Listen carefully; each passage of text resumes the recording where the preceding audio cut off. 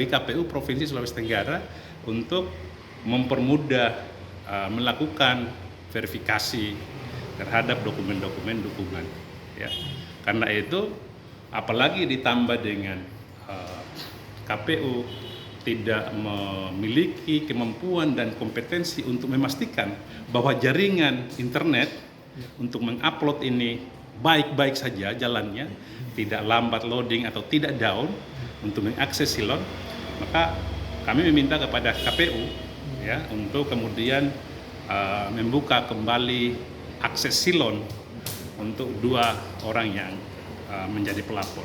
Oh, berarti laporan mereka dikabulkan untuk kembali menjadi masuk di daftar nama-nama pencalonan. Ya, kita masih memerintahkan juga kepada pelapor untuk menginput, ya, untuk menginput mengikuti regulasi yang ada. Jadi dokumen apalagi namanya model pengembalian itu yang diterbitkan oleh KPU, kita minta kepada KPU untuk batalkan. Kemudian yang kedua, KPU menerima kembali semua dokumen pencalonan Tia Sarnani dan Burhanis, ya. Kemudian memerintahkan kepada KPU untuk membuka akses silon kembali untuk 2 orang ini. Kemudian yang berikutnya adalah memerintahkan kepada yang pelapor, dalam hal ini Burhanis dan Tia Sarnani, untuk menginput kembali semua syarat dukungan, ya, itu ke silon yang dimiliki oleh KPU dalam paling lambat 3 kali 24 jam setelah akses silon diberikan. Oke.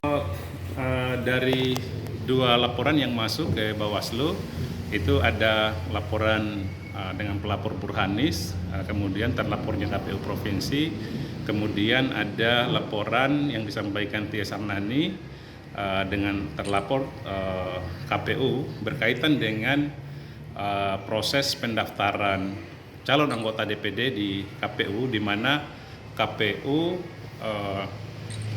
pernah mengeluarkan atau menerbitkan surat terkait dengan penerimaan dokumen karena kedua calon ini dianggap telah memenuhi syarat jumlah dan sebaran, jumlah dukungan minimal dan sebaran, ya. Kemudian karena pengaruh dari aplikasi silon, di mana aplikasi ini mengalami gangguan jaringan, ya, sehingga keduanya ini tidak sampai bisa menginput minimal jumlah dukungan 2.000 dukungan, ya, sebagaimana dokumen fisiknya telah mereka sampaikan kepada KPU. Kemudian dengan itu KPU mengembalikan semua dokumen persyaratan yang telah mereka serahkan ke KPU. Kami melihat bahwa yang pertama, hak konstitusional untuk dipilih, ya, itu diatur dalam Undang-Undang Dasar. Ya, hak konstitusional untuk diperlakukan sama, ya, atau juga untuk ikut terlibat dalam pemerintahan itu diatur di dalam Undang-Undang Dasar.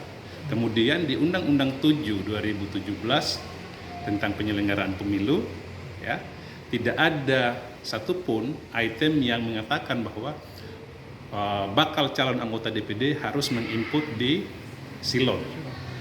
Bahwa terkait dengan proses input di silon ini hanya pengaturan di peraturan KPU.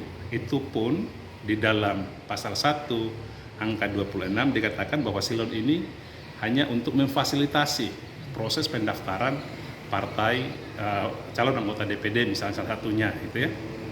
Sehingga kita melihat bahwa kalau hanya didefinisikan seperti itu, maka silon ini dia tidak menjadi instrumen utama dalam penyelenggaraan pemerintahan. Yang kedua, terima kasih sudah nonton. Jangan lupa like, subscribe, dan share ya.